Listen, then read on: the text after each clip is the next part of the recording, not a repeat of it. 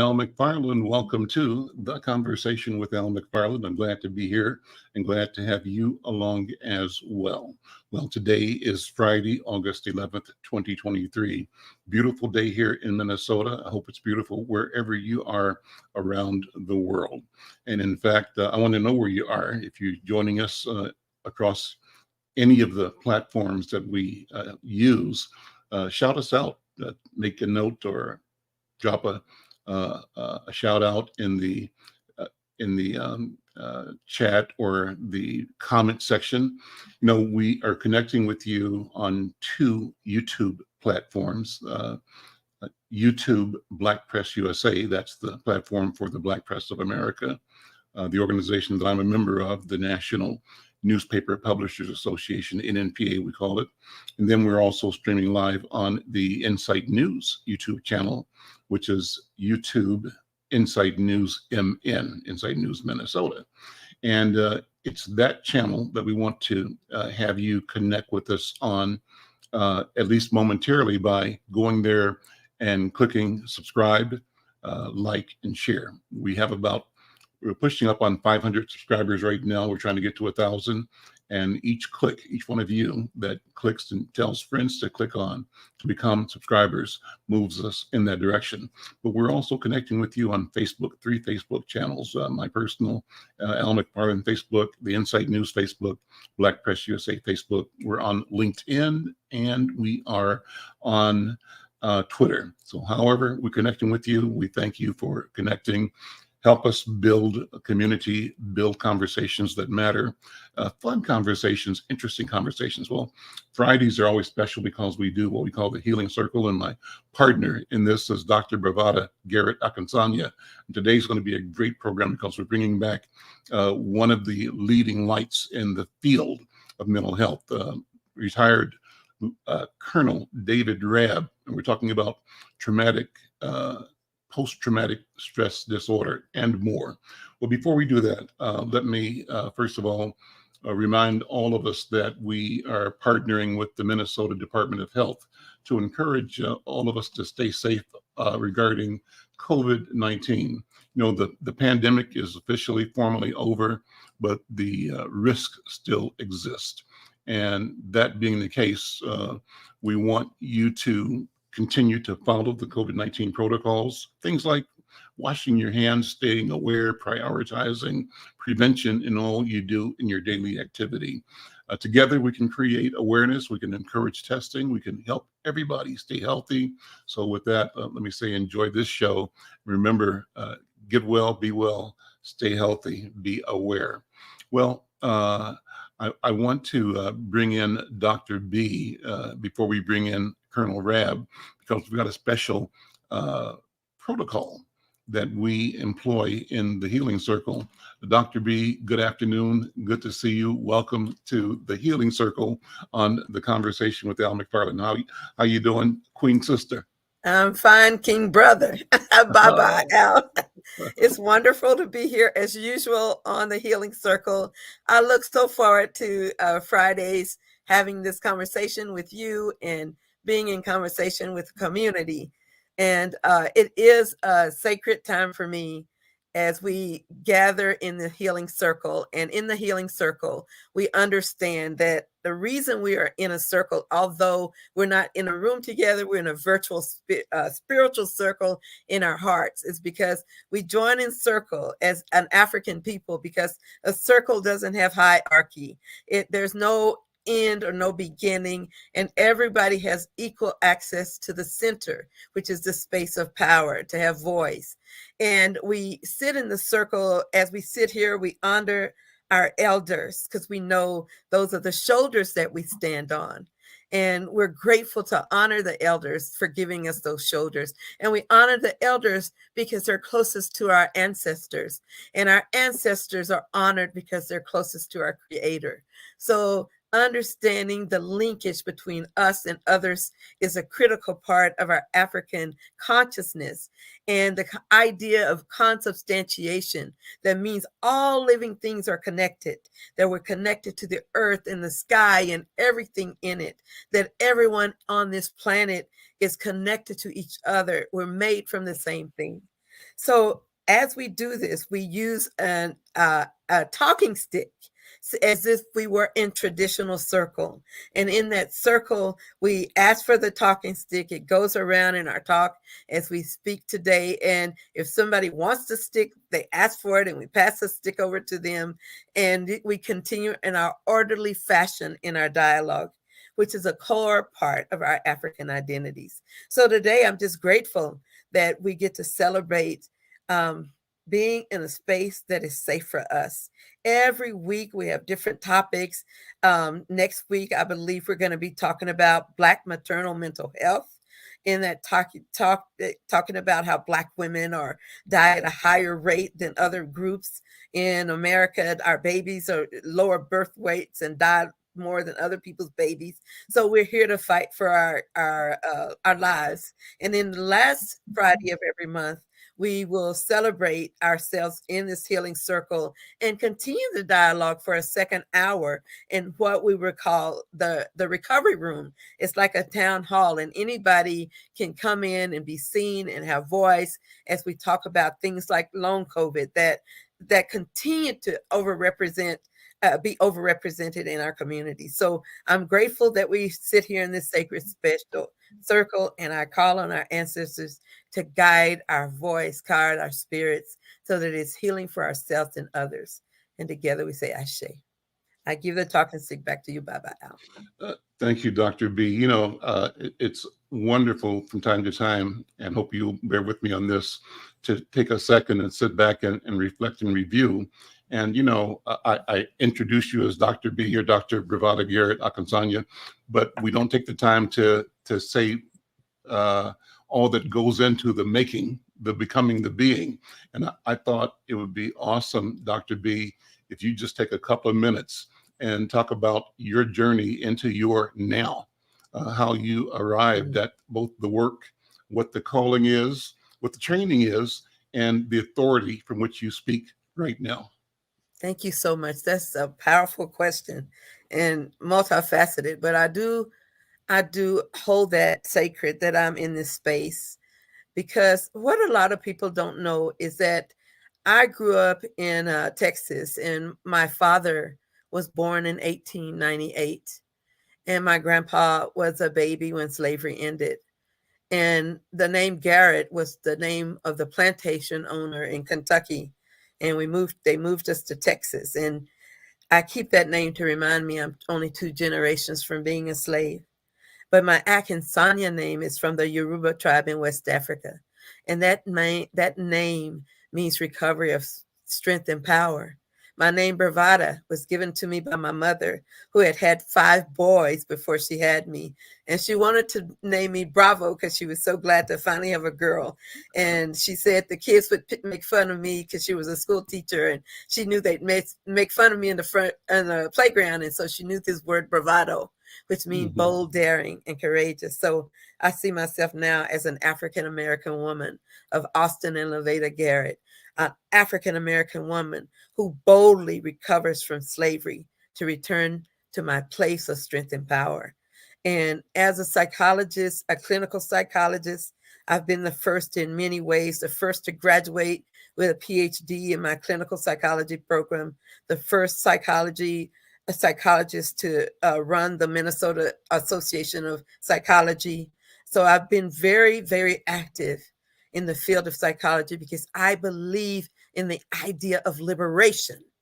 And I know that one way we can be liberated is for our spirits and our minds to remind us who we are, and that we're children of the Creator who made all things, and we have a right to wellness. So my calling in life is to acknowledge that right for myself, for my community, for my babies, for my elders, for everyone on this planet. And it's not okay to feel less than. It's not okay to feel powerless when we are created from the source of all power.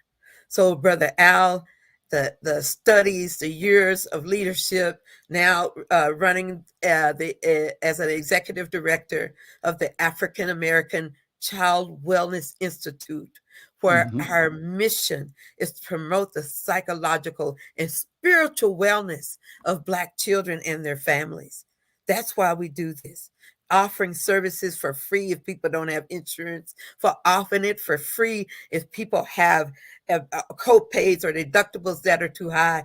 I believe that we have to share the power of knowledge and Mm. share that power in our community. So I'm grateful. I sit here humble and grateful for all the shoulders, including yours, Baba Al, that have lifted me to this space.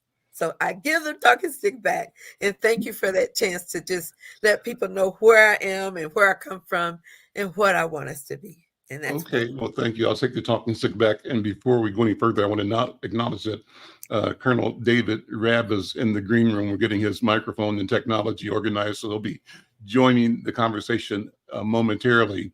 But before he does, I have been just in deep thought and watching the moment that we're in now. And this is not part of our scripted program for today, though it's never scripted. We follow the spirit, but I'm monitoring what is the meaning of Mobile. Now, I don't know if you followed any of that business at the dock in Mobile, Alabama, right? Where there's a story about, white people jumping on a Black man who was performing his job, right? And all of a sudden, a mob of whites attacking, trying to beat this guy, but then Black people around rose up, That's right. stood up, and handed the white people their behinds on a platter. And I think that's different in a whole bunch of ways. And I'm not glorifying the fight. I'm examining the time and examining the response. And you started off talking about how you're set 2 generations away from slavery, right? All of us are 2 or 3. And we also have to be concerned that there was an order, an expectation, that we were supposed to know our place. That's right. And to be able to have to step aside, step down, take low. Dr. B, I remember when I was 12, going to see my great grandmother's sister, who was semi-blind and dip snuff. We go buy her snuff. Garrett snuff is what she had. Garrett Yep. snuff, and we'd get her an alum twig out the yard, because that's what she used to clean her teeth, right? But she called me in one day and said, Alvin, I just want to tell you that when you around white people, remember to say yes'm and no'm, yes sir and no sir, and don't look at them, And so I remember Dr. B sitting there, turning and feeling my blood go white hot, sweating. I was angry, not angry at her, because I understood the love. She was guiding and providing instruction intended to keep her great nephew alive, right? But I was angry that I was in a situation where this was the direction she had to give me for my own good. And so I'm looking at that, remembering that, and looking at what happened here in Montgomery, and these young Black people and others, rising up and looking at the context. And the context is that incident was a place where the flotilla came through, the last ship of illegally imported Africans docked there, and before they tried to hide it. That's a place that's 4 or 5 blocks from where Rosa Parks boarded the bus. That's where the Montgomery bus headquarters was started, several blocks, a half a mile from Dr. King's church.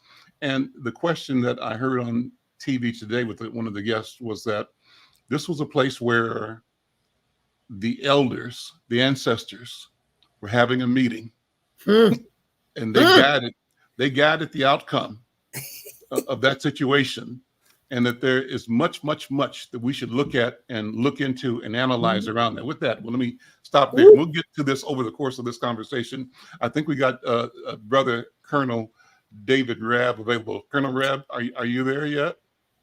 Not quite? Okay. If you started something up in here today, because we're talking about post-traumatic post-trauma Yes, syndrome. yeah, yeah, Yeah, yeah, traumatic syndrome. yeah. So There he is. I think this brother knows a lot of it in the now as well as from the past. So here he is, retired Colonel David Rabb. Welcome, brother. It's great to be here. I have been waiting in the back room, and I'm grateful that our technicians and the people in the back room had the ability to get me in, and I'm going to stay with that theme today, I guess. Yeah. Sometimes we need to walk through the open door, but we also need entrance. Cool. So Mm. with that, I'm here. I'm here. Okay, now I'm here. Hello, everyone. My name is David Rabb.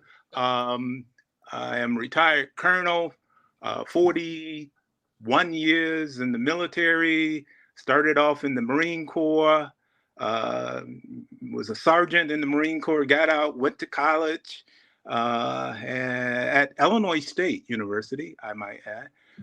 And then went to graduate school, University of Chicago. I was trained in clinical social work, and I had a calling to work with veterans. A calling to work with veterans, and I followed that calling. And what had happened is that I'm still following um, that calling, and I'm here in this space with you, Al, Dr. B. Thank you for allowing me to share space with you. And before we get started, I just need to acknowledge, our ancestors um, uh, that came before us. I need to acknowledge what's going on in the world. Hawaii is stepping forward in terms of in my sight. I have a connection there because I used to be a Marine. Once a Marine, always a Marine. But I was once a Marine at the age of 17. My first duty station after boot camp was Hawaii, and I am connected to still to that experience. So what's happening now in Hawaii is also impacting me. Because I set foot there, was in the jungle there, was raised there. When I say raised, in terms of by the Marine Corps, there, Kaneohe Bay, Hawaii, and I am a Marine. I think I have an Army shirt on, but deep inside, at my core, I'm a Marine. And in fact, I received a Bronze Star from the Marine Corps when I was in the Army. But the Marine Corps wanted to acknowledge me for saving a lot of people's lives during war. And they presented a Bronze Star to me while I was in the Army. And so, David, tell me that story. I love stories like that. Tell me the situation that resulted in you receiving the Bronze Star. Okay, real quick, this is going to be interesting. The question is, who do you follow, or what do you follow, right? Mm-hmm. I was in Baghdad, Iraq, and I commanded a combat stress unit, the 785th Combat Stress Control Unit that is out of actually Fort Snelling, Minnesota.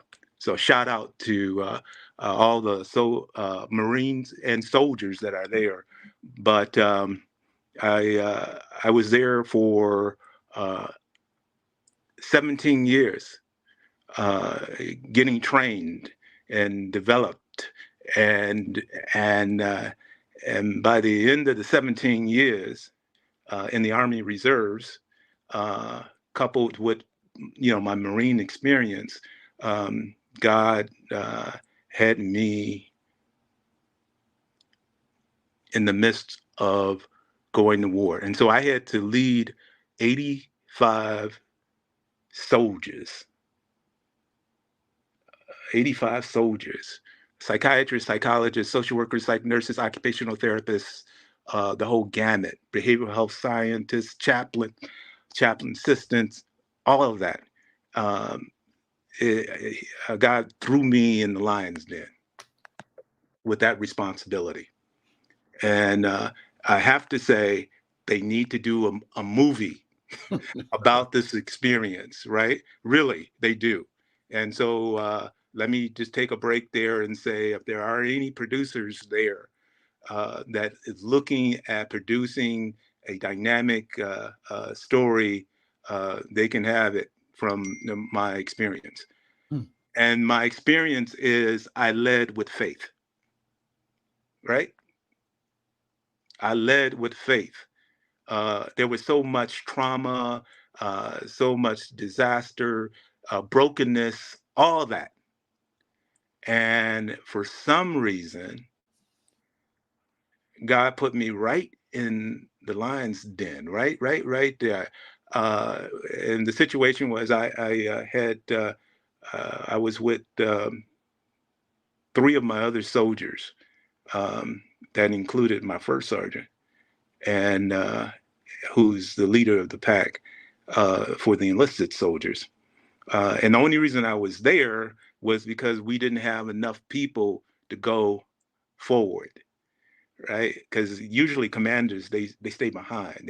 They command from behind, right? But we didn't have enough in my unit. We didn't have enough people, and to do it. And I got a direct order, and the order was, we need to send somebody into Sadr City, Iraq. And I told my general, I said, sir, I don't have enough people to do that. And he said, that's not the answer. You will have a team put together within 2 hours. And so I sent a behavioral health specialist, young female, actually. I sent a driver and my cook, a cook for the unit. I sent my first sergeant, who is the highest ranking enlisted person,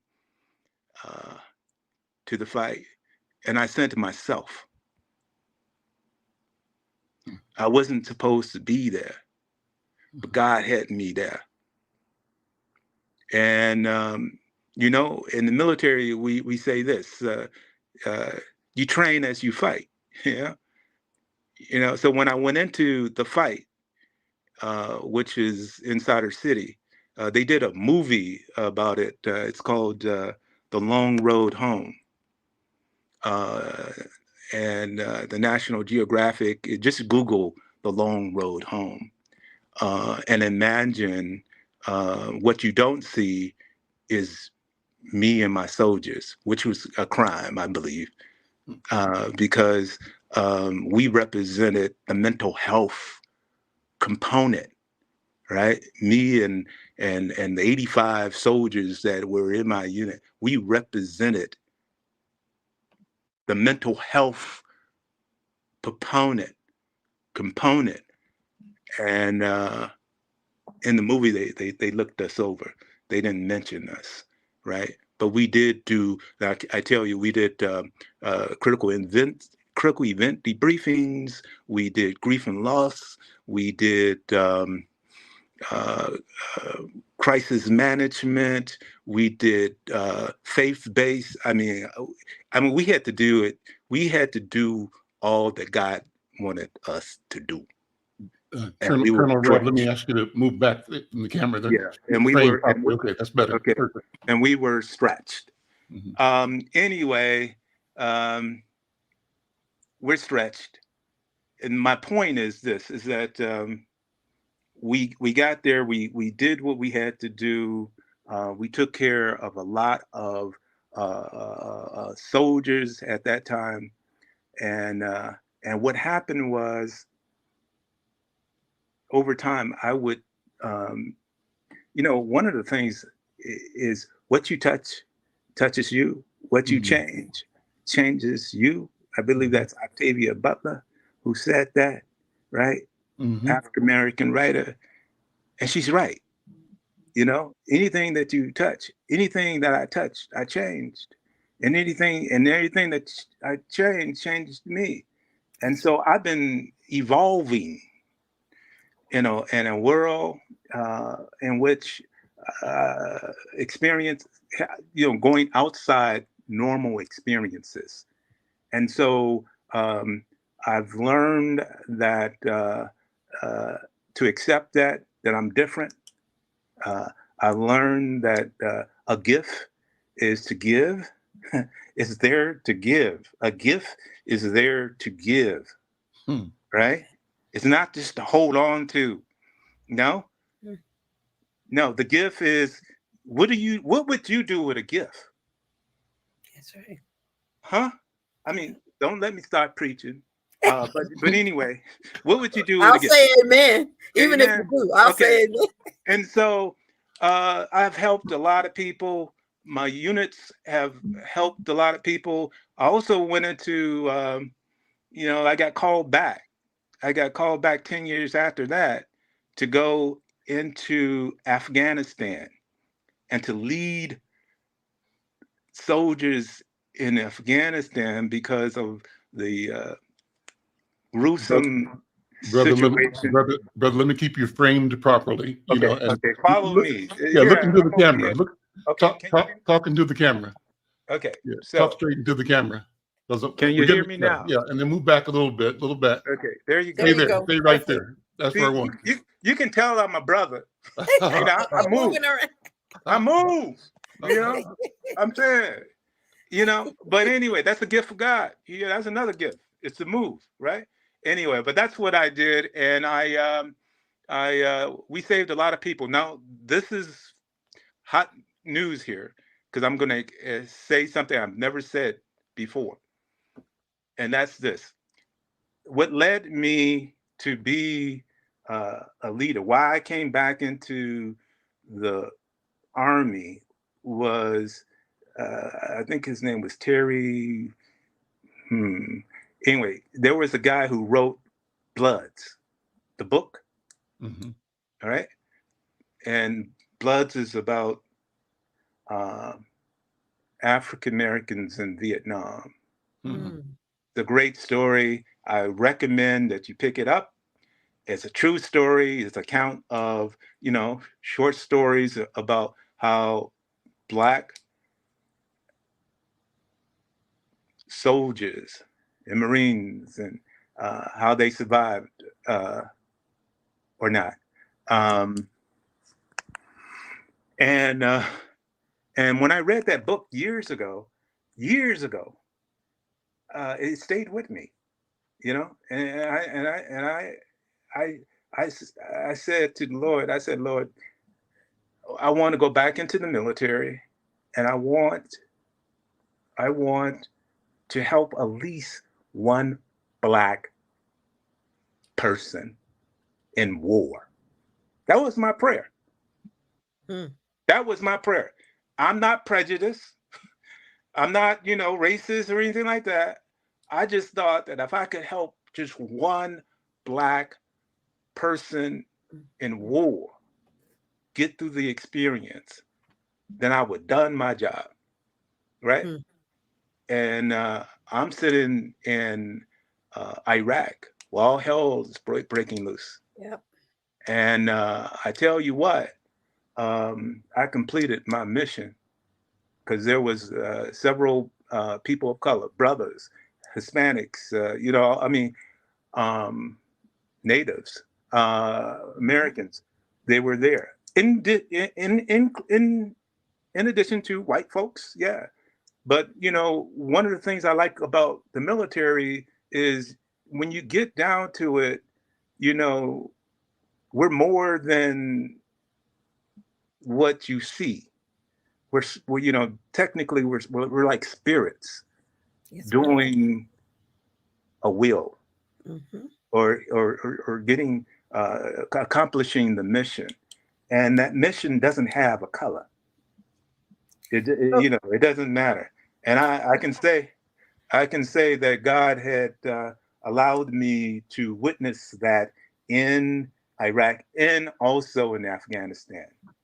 And Colonel Rabb, yes, ma'am. as you talk about being in the war, Yes, ma'am. I want to just ask you a question because Which you know one? some of the things you just described about wanting to help somebody who looked like you. Mm-hmm. It hit me because that's why I started the African American Child Wellness Institute, because I learned that to be pro-black Mm-hmm. doesn't mean I have to be anti-white. That's right. To be pro-woman doesn't mean I have to be anti-male. I can love myself without hurting other people or hating them. And I see that on the battlefield there, just like you are losing brothers and sisters, we're still on a battlefield here on the home front.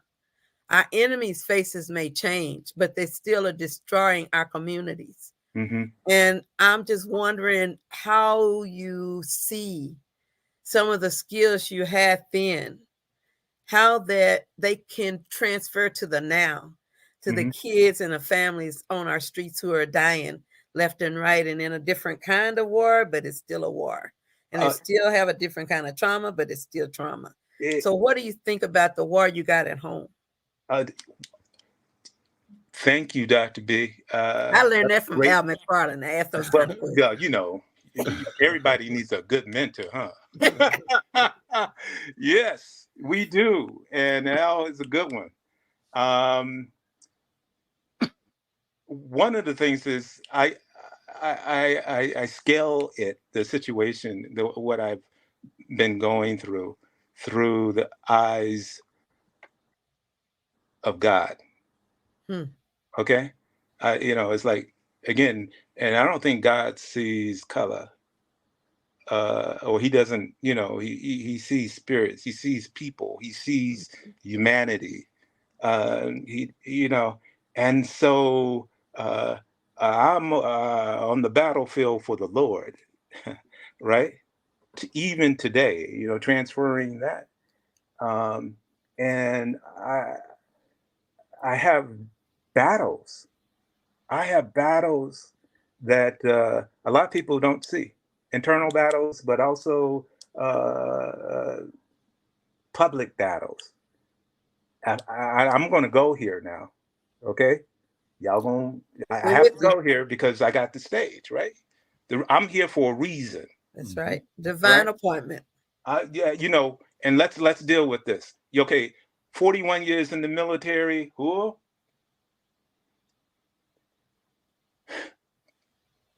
4 deployments, gave my heart, soul, spirit to fighting. Yet, when I come home, I'm talking to y'all now, everybody. When I come home, uh, I felt disjointed. I was disjointed, right? I'm still disjointed. Yet God has had a hand and what I am and what he plans to do with me. Headline: I'm going to war against the VA healthcare because one of the most outrageous and most egregious situation is that uh, service members, I'm talking people on active duty, veterans, I'm talking about, you know, I didn't say what color, I said veterans, and then I say families Okay, in their in their tribe, because we're all connected. That's it. I mean, we're all connected. Yeah. You can't say we're not connected. So what impacts you impacts me. All right. The Minneapolis VA has for years, discriminated against people of color. Hmm. And they are doing it now. For example, when I went and I told them that I'm coming after them. You don't want Colonel Rabb after you. You do not. I'm saying, I'm speaking from my spirit. You do not want me because I'm a warrior.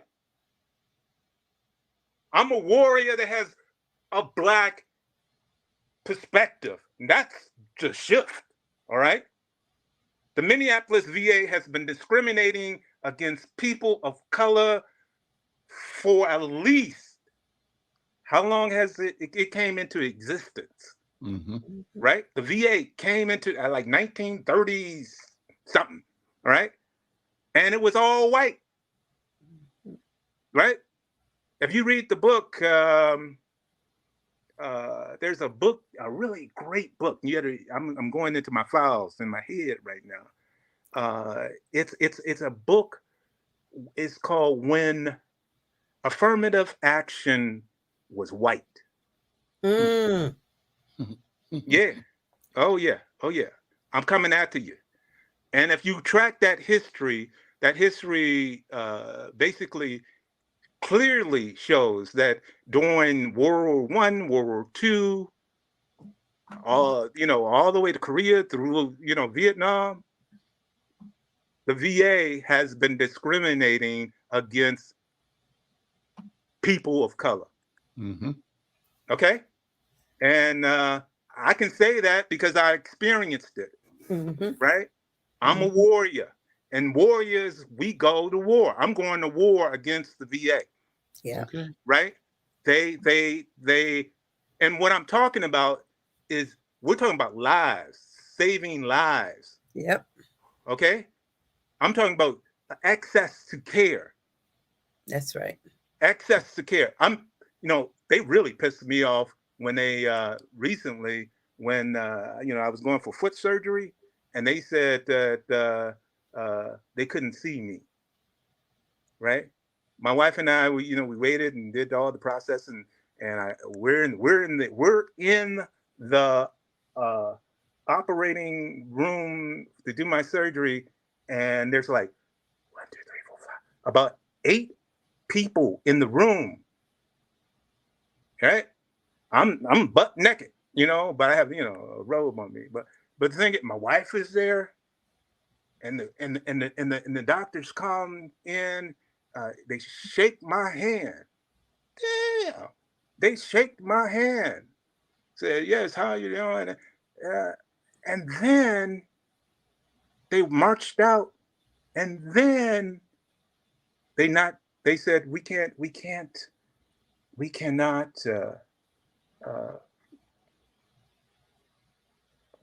see you because you have COVID. I'm like, what? No, I don't have COVID. They said, well, you have it. And I'm like, and my wife is like, what? She's a healthcare worker herself, right? And, she's dressed up and all that, so, this got real personal. And so what happened was I got kind of angry. My wife got more angry, but I got angry, but I kept my anger in check. And we went. I have to say this. Hey, dear, just hold. I'm on call now. I'll be right with you. All right. Anyway, but what happened was they didn't see me. Right? They wouldn't see me. And I said, no go. I'm not doing it. Okay. So what I did, my wife and I, we went to Walgreens, right? Down the street, took tests, and they both came back negative. And then within an hour or two, I went back to the VA. Now I got to go through the emergency room and all that, waiting and all that, 4 hours. And they say, I said, yeah, so why are you back? And I'm saying, well, I'm not happy with it. I want to be retested. Okay. They retest me and the results are negative. For those who can hear. For those who can see.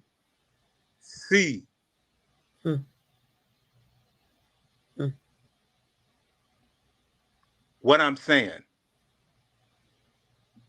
there is a history of institutional racism, a history of discriminating against not just African Americans, but people of color, but also the LGBT community. Of course. Yep. All right.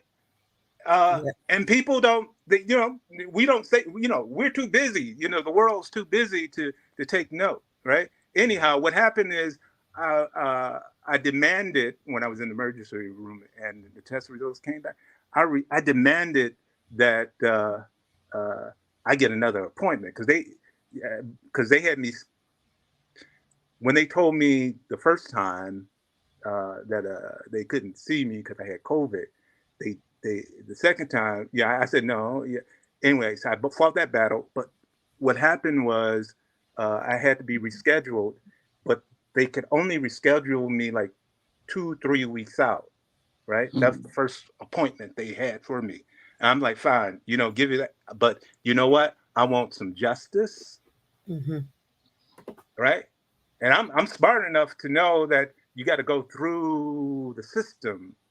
And you got to try to get to the top to get attention. And so that's what I did. I reported it, et cetera, went through the EEO process and all that, contacted my senator and all that. And I even the director of VA, wrote letter, no return, right? No contact. I'm a colonel. Still, I know I'm retired, but I still walk around, with my shoulders up, my head up, my spirit up, and I'm ready for this fight. The VA has to change. They have to start hiring more people that look like the people that go and fight our battles. There you go. Come back home. They need to take care of us. That's right. And they have not. That's right. And I can add more onto it. I'm going to tell you a couple of things I know straight up. I have 3 brothers who are veterans, one from the Army, one from the Navy, one from the Air Force. And I can tell you right now, what I saw is what you're describing. And as a psychologist, I've had people who've had to come in and have to get external psychological evaluations before they were eligible to get their disability. And what made me mad is I could say, look, he wasn't like this before he went in. He's like that now. It happened while he was there. And they don't want to take responsibility. And I'm telling one brother's file was this thick.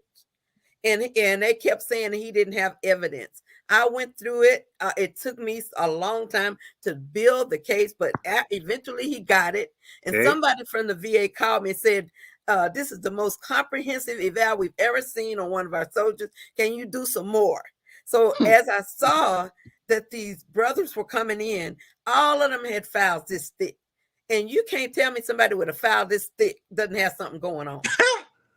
Tell me about it. So I know you're not lying. And so one of the things today, when we're talking about post-traumatic stress, what I like about what you just shared, it doesn't stop because the services stop or the situation stops. It persists. And even in this audience today, we got people sitting here right now. Some of them got the symptoms of PTSD. They don't even know what's going on. They think it's normal. Normal to not sleep and have flashbacks. Normal to have bad dreams at night. Normal to be anxious and hypervigilant. And I like people to know that's not the way life is set up to be. You're not supposed to be depressed all the time. You're not supposed to be anxious, worried when the shoe's gonna drop. You're not supposed to be getting in places where you wake up and feel like you don't know where you are, or you have flashbacks of certain experiences that create intrusive thoughts, or you dissociate. That means you're present, but you're not present. That's not healthy. It's not normal. And we got to realize that some of these behaviors we're experiencing, these symptoms, they don't mean we're flawed. That means something happened to us. Hey, right? Yes. You know, that change. I love what you said. Something changed, and it changed us. And when we think about that, our children, our parents, our brothers and sisters, even people who are in gangs, especially the brothers and sisters I see who are in gangs, they're so traumatized.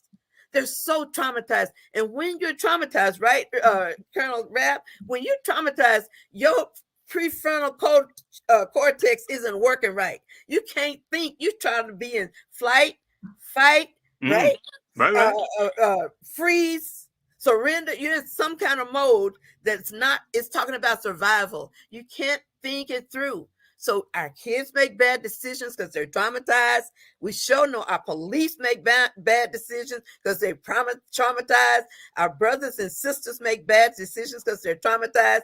And traumatized people only continue to be traumatized. Hello. They think, and they traumatize others.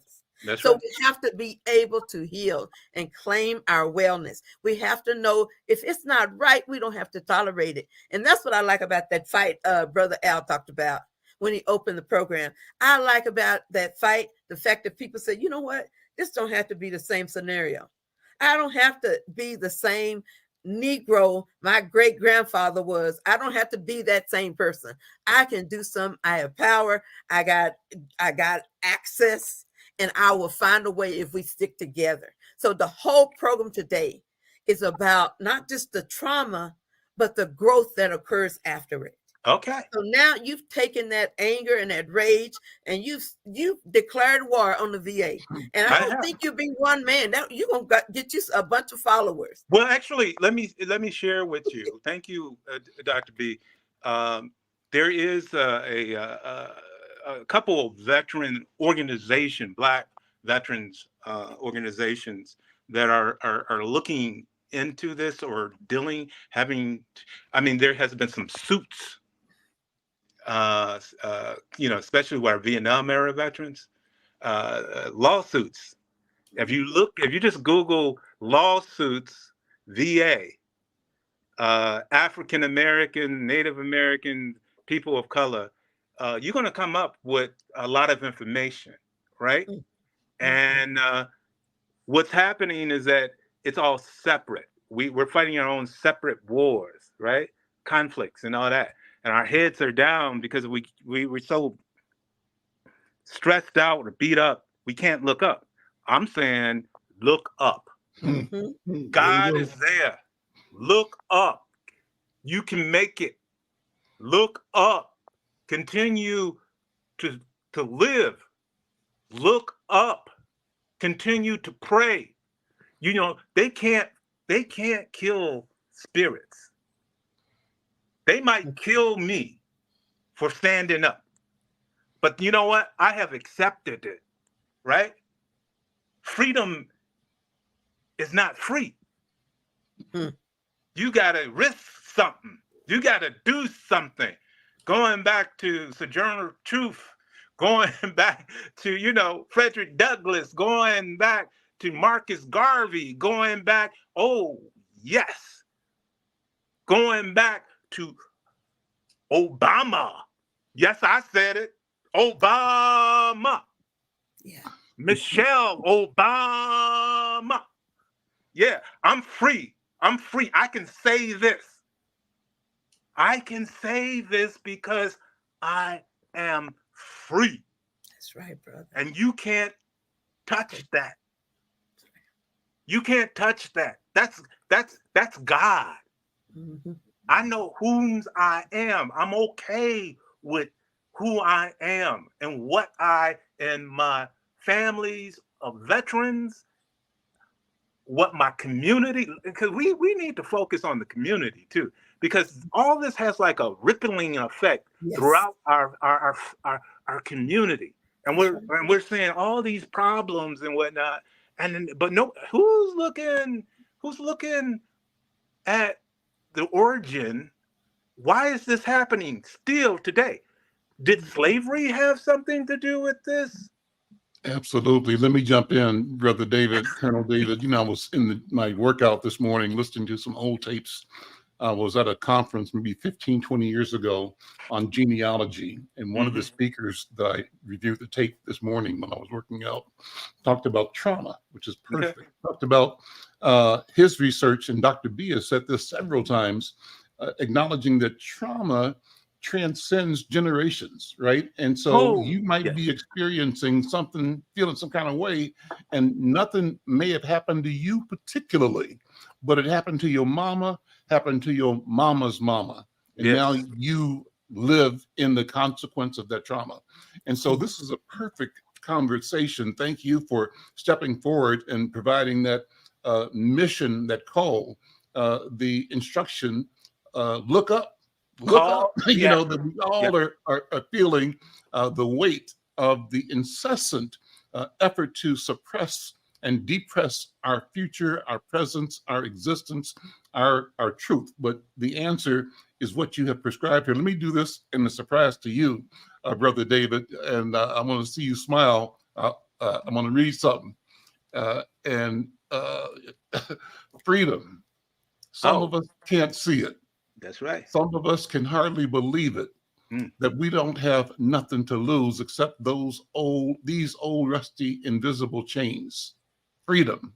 Some of us can't understand it. Some of us won't even accept it, that we have nothing to lose except these old, rusty, invisible chains.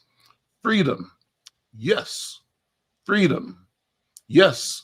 Freedom rings. We don't have nothing to lose. No, nothing to lose except these old, rusty and dusty, invisible chains. Power, you misused it. Guilt, you refuted. Shame, you abused it. Now we don't have nothing, nothing to lose except these old, rusty chains. We are forever free. A poem by Colonel David Rabb. What? It'll be in Monday's issue of Insight News. Yeah. And as you said, Dr. B, Colonel Rabb, a divine appointment. This is the time. It leads back. I mean, this is, in a sense, a way to contextualize what we witnessed, and we're witnessing the discussion we're having about our response today to the historic, the legacy oppression, right? And somebody is saying freedom. Somebody is saying freedom. Somebody is saying, I'm not taking it. I'm not taking it. And I'm going to stop it right now. Somebody is declaring that you don't want to fight me because I'm a warrior.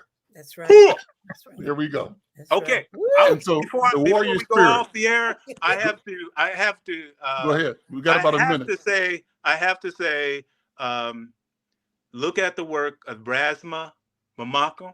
Yep. Right? Yep. Who was on your show. Absolutely. My friend, right? Resma. Yeah. Yep. He was on your show about 3 years ago? Yep. All right. You need to bring him back. We'll do that. I'll call Brother Resma. I see him talk to him all the time online, but I'm gonna call him up. Yeah. All right. Look, we're out of time, brother. Wow. Dave, this has been refreshing, Colonel Rabb. Refreshing. So good to see you. God is good. To you. Dr. B, final word for you. Just realizing that we have a right to wellness, and we have a right to look up. We have a right to freedom, and we will achieve it by any means necessary. Here we go. That's right. Thank you. I'm Al McFarlane. This is The Conversation. We'll see you next time. Love you all. Love you too, brother.